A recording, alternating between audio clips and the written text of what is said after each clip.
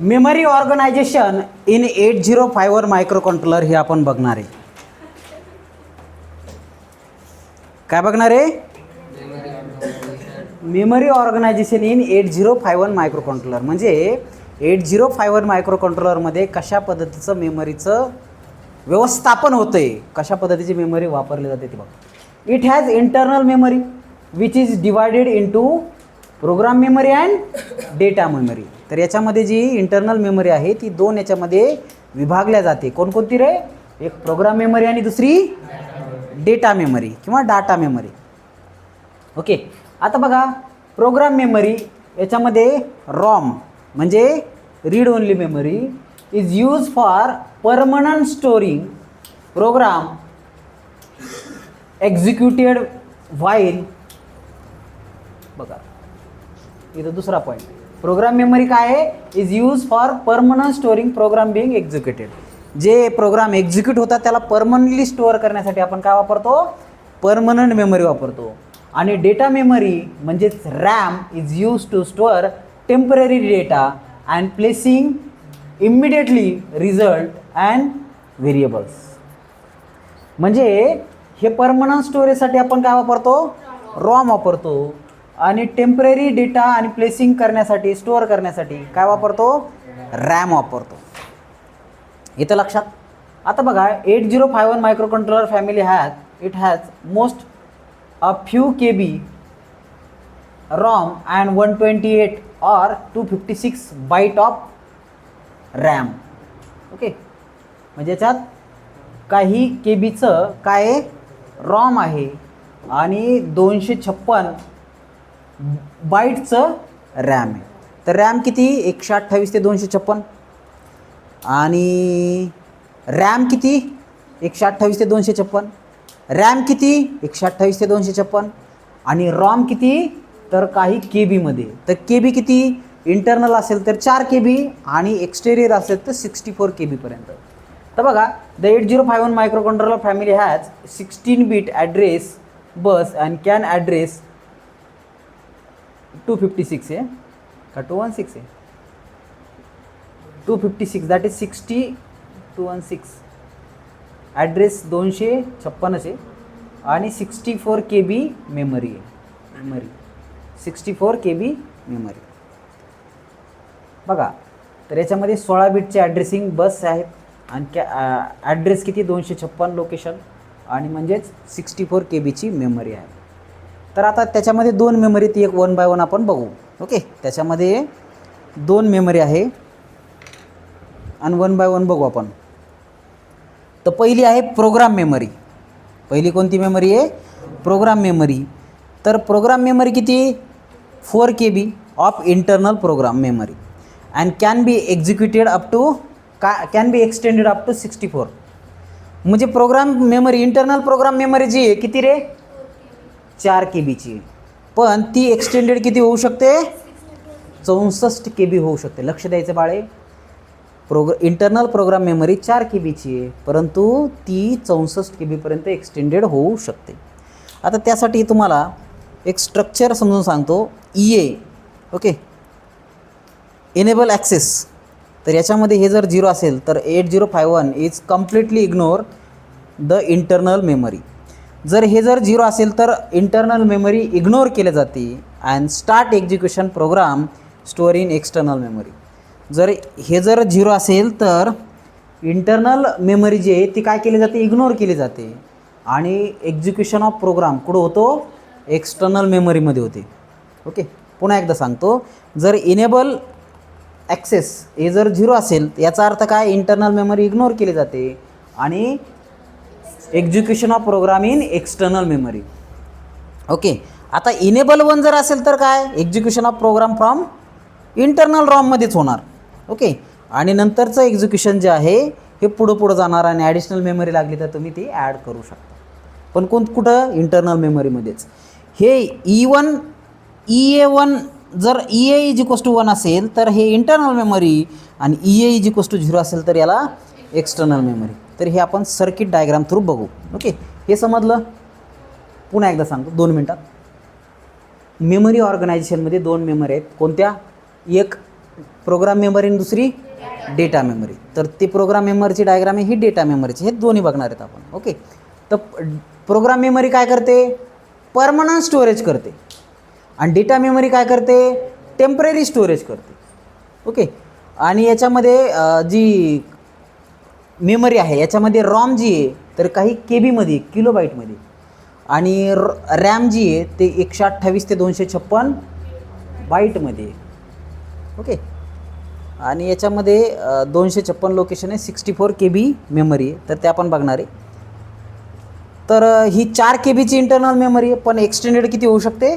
64 KB. जर EA=0 असेल तर आपण इंटरनल मेमरी इग्नोर करून एक्सटर्नल मेमरी वापरून तिथं प्रोग्राम एक्झिक्यूट करतो. आणि EA=1 असेल तर प्रोग्राम कुठं एक्झिक्यूट होतो? इंटरनल मेमरीमध्येच होतो. आणि ती भरली तर मग पुन्हा पुढची ॲडिशनल वाढवली जाते, पण इंटरनल मेमरीमध्ये. हे समजलं? चला आता आपल्याला काय बघायचं आहे? डायग्राम बघायची. ओके.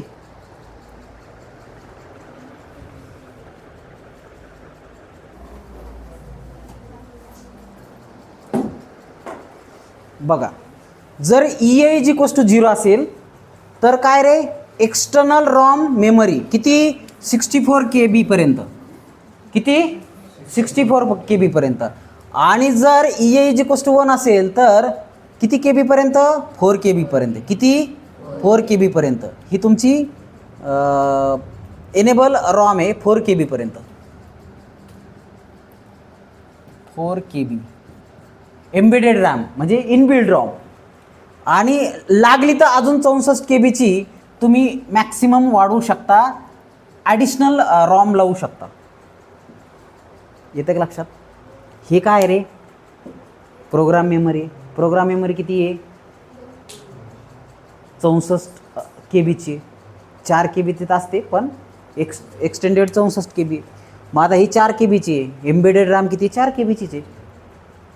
हे कधी जर इनेबल 1 असेल तर.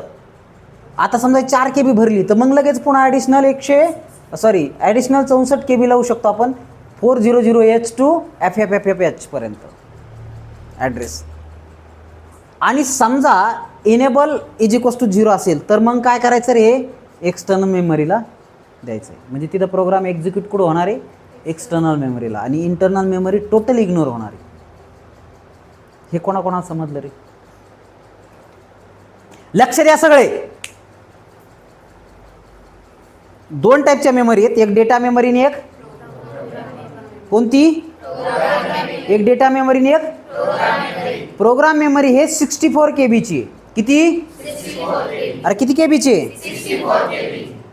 जनरली ती 4 KBच असेल, पण एक्सटेंडेड किती आहे? 64 KB. ही 4 KB एम्बेडेड रॅम जी आहे ना, ही दिसते तुम्हाला. ओके. तर स्टार्टिंग फ्रॉम 00H पासून तर 3FFFH पर्यंत ही किती आहे? 4 KB. किती? 4 KB.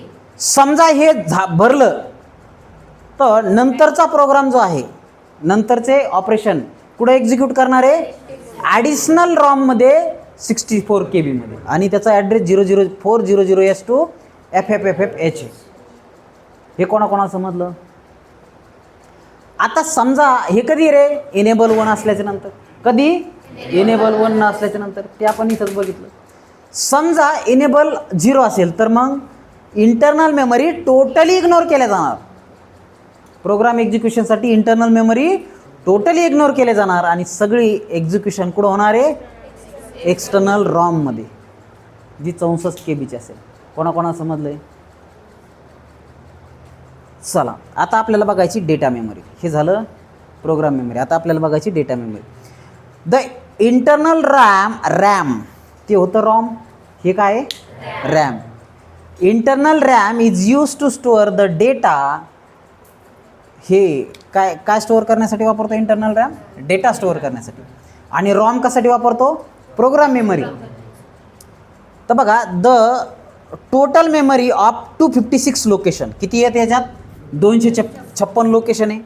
And later version this number is increase by additional of 128. 120 + 120 करता येते. ओके. तर 256 लोकेशन 00H to FFH पर्यंत आहे.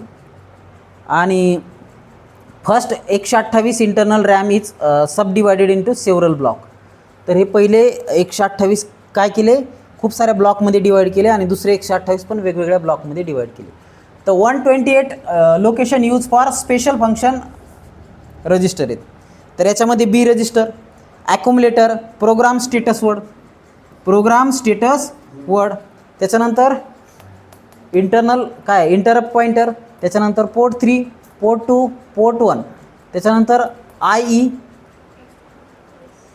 एक्सटर्नल इंटरफेस, त्याच्यानंतर हे टायमर हाय, टायमर 1 हाय लो, टायमर 0 लो आणि टायमर 1 लो.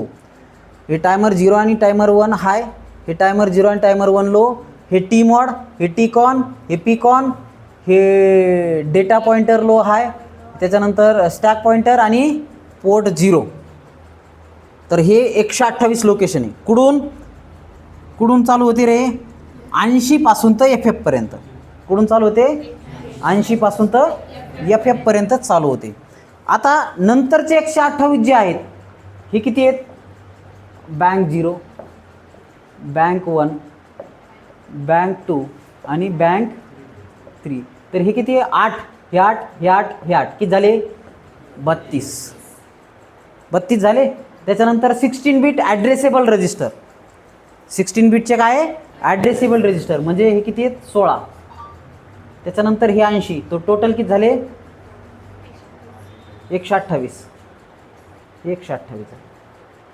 ओके. हे दोन किती झाले, 32 आणि हे किती होतात, हां 48 आणि 80 किती होतात, 128. तर याची लोकेशन किती आहे, 0 to 7H, 0 to 7F हे वाटतं आहे ना, starting from 00 to ending to 7F आणि परत मग इथं 80 to FF.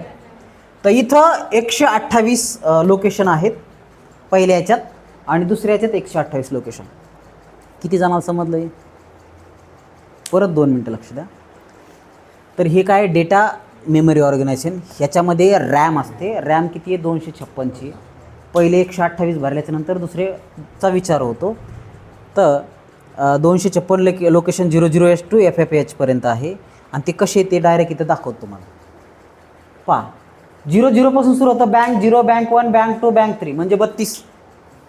प्रत्येक याच्यात 8 रजिस्टर आहे, 8 register, R1, R2, R3, R4, R0, R1, R2 असे 8 R7 पर्यंत प्रत्येक याच्यात आहे. ओके. आणि याच्यात परत 8 बिटचे येते. हे काय आहेत, 8 बिटचे 1 2 3 4 5 6 7 8 अशा पद्धतीने. परत हे 8 बिटचे 1 2 3 4 5 6 7 8 अशा पद्धतीचे. हे पहा, हे दिसतंय तुम्हाला अशा पद्धतीचे. ओके. आता हे 4 बँक झाले. त्याच्यानंतर 16 बिटचे ॲड्रेसेबल रजिस्टर आहेत. काय आहे, 16 बिटचे ॲड्रेसेबल रजिस्टर आहेत 20 ते 2F पर्यंत, 20 to 2F पर्यंत. त्याच्यानंतर 80 जनरल पर्पज रजिस्टर आहेत. जनरल पर्पज साध्या याच्यासाठी डेटा इनपुट देवाणघेवाण करण्यासाठी 80 बिटचे 80 रजिस्टर आहेत. ते टोटल किती झाले, 128.